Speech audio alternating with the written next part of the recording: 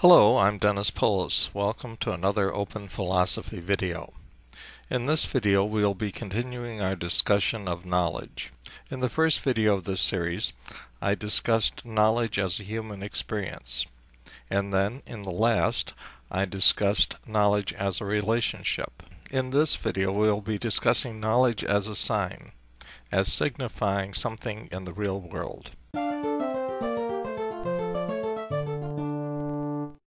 Those of you who have been following this series know that I've already discussed ideas as a sign in video 25.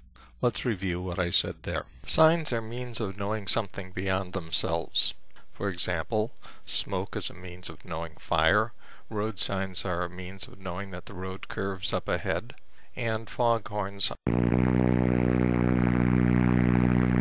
are a means of knowing that there are unseen objects with which we might collide. All of these kinds of objects, smoke, road signs, sounds in the fog, words in a book, the smell of gas, all of them are only potential signifiers unless they actually cause somebody to know something. For example, when we say that smoke signifies fire, we're leaving something out. We're not telling how it is that smoke signifies fire. For smoke to actually signify fire, someone has to see it, and then think of the connection between smoke and fire, and finally they come to understand that there's an actual fire. So, if we take the person out of the loop, the smoke, which could signify fire, doesn't actually signify anything. Thus, human interpreters are essential for signs to signify anything. In actual signification, we have three elements. We have the sign, we have the interpreter thinking, and we have the thing signified.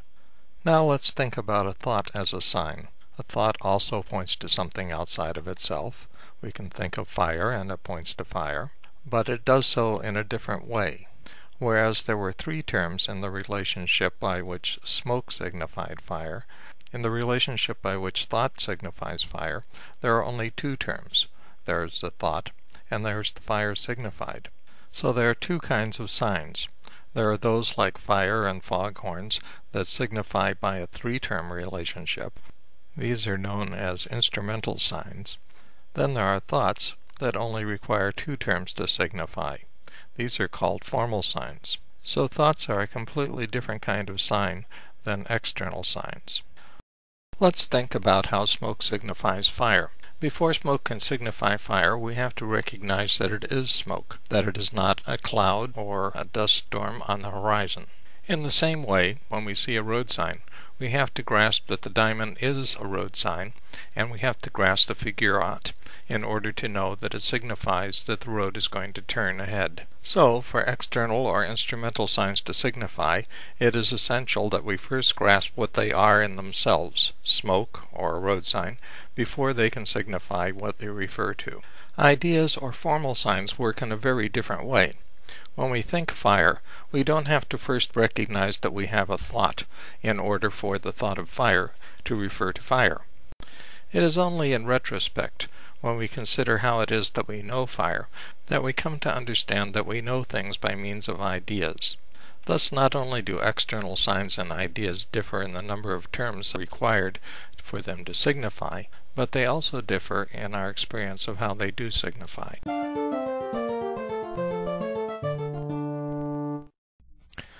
A sign is an object referring to something beyond itself. But what does referring really mean? How does reference work? What I'm going to tell you now is so simple that you would think that it's hardly worth thinking about. Yet many profound philosophers seem to have completely forgotten it. Let's think about our old friend the apple. How do we come to have an idea referring to it? Well, apples, like every other sensible object, have what we might call a certain radiance of action. They scatter light into our eyes, they emit molecules which cause us to smell an aroma, they resist our teeth, they have chemicals which give rise to reactions in our taste buds. This radiance of action, these lines of causality, are what the scholastics referred to as the sensible species. They're the things that carry the information that cause our senses to respond in a way appropriate to apples. When we pay attention, when we are aware of what our senses are telling us, then we form an idea of an apple. Before we go on, it's important to note that while I've indicated the idea of an apple by an image of an apple, an idea is not an image. An image has a definite shape, size, and color. Real apples, which can elicit the idea of an apple, may be red or green or speckled or almost anything else. So, we have to be careful not to confuse the idea with an image. Now back to our question. What does reference mean? Well, the idea of an apple refers to an apple because apples elicit the idea of an apple. So an idea refers to something when that thing is able to elicit the idea. Apples are able to elicit the idea of apples, so the idea of apples refers to means apples. It's as simple as that. We don't need a complicated theory of meaning and reference. And it is certainly not true that meaning depends on the entire ensemble of things that we know. When we think of an apple, when we have the idea of an apple, we don't review every single thing that we know. If we did, it would take years to form an idea. So the idea that meaning is defined by a network of relationships which include the entire structure of our knowledge is simply false.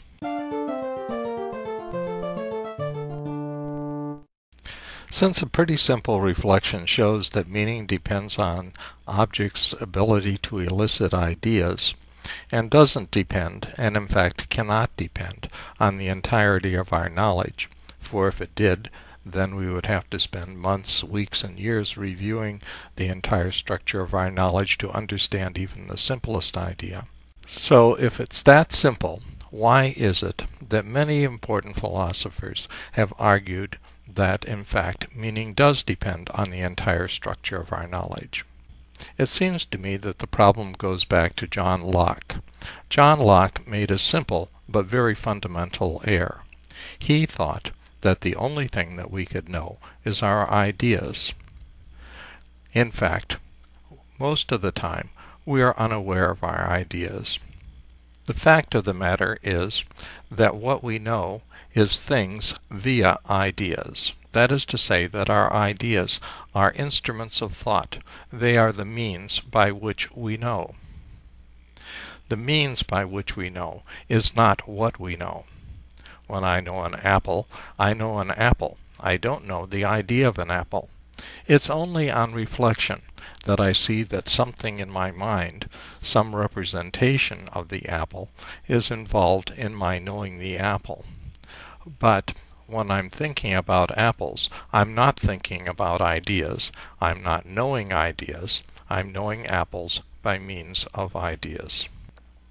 There's much more that can be said about the role of signs in knowledge, but I think I'll cut it off here. Thank you for watching.